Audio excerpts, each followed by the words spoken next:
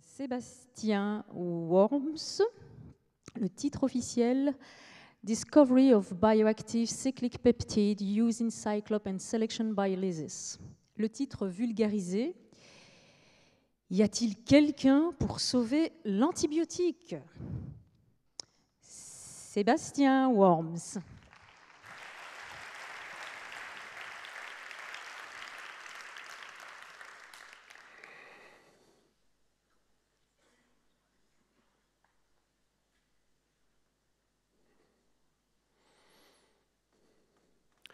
Je ne sais pas si certains d'entre vous ont été au cinéma récemment, mais moi, quand j'y vais maintenant, j'ai l'impression qu'on n'y trouve plus que des suites et des remakes.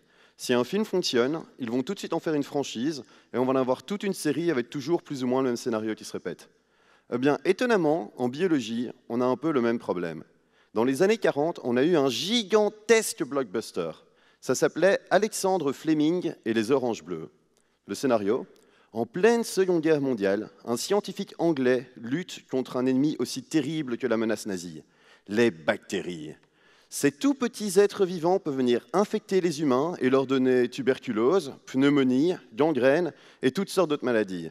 Face aux bactéries, l'humanité est totalement désarmée et elles font des millions de victimes chaque année.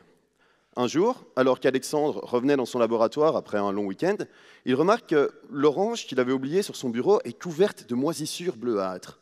Mais, autour de cette moisissure, pas une seule bactérie ne poussait.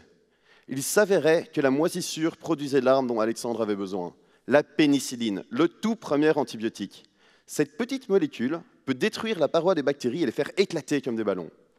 Comme je l'ai dit, succès phénoménal, des millions de doses partout dans le monde. Mais malheureusement, un peu comme dans les films de Marvel, il y a eu une suite. Dans le deuxième épisode, les bactéries sont venues avec ce qu'on appelle une bêta-lactamase. Derrière ce nom barbare se cache une arme terrifiante, capable de détruire la pénicilline. L'humanité était de nouveau désarmée. Bon, pour aller plus vite, on va aller à la fin du film. Des scientifiques ont trouvé un nouvel antibiotique, tout est bien qui finit bien. Et ça a continué comme ça, film après film, épisode après épisode, avec toujours plus ou moins le même scénario. Les bactéries trouvent une nouvelle bêta-lactamase, des scientifiques trouvent un nouvel antibiotique. Mais maintenant, plusieurs décennies plus tard, la franchise commence vraiment à s'essouffler. Ça devient quasiment impossible de trouver de nouveaux antibiotiques. Et c'est là que moi et ma thèse, on intervient. S'il n'y a pas moyen de trouver un nouvel antibiotique, moi j'aimerais aller désarmer les bactéries. Pour ça, j'utilise de petites molécules que j'appelle peptides cycliques.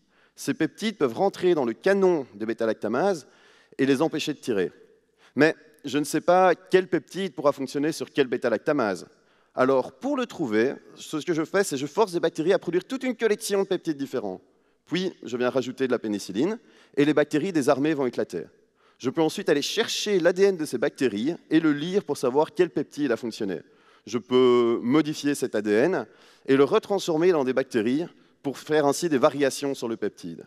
De cette manière, j'espère non seulement trouver une nouvelle arme, mais surtout réussir à forcer les bactéries à faire évoluer elles-mêmes mes peptides aussi vite qu'elles font naturellement évoluer les bêta-lactamases dans la nature. Parce que parfois, il faut juste un reboot pour relancer une série. Merci.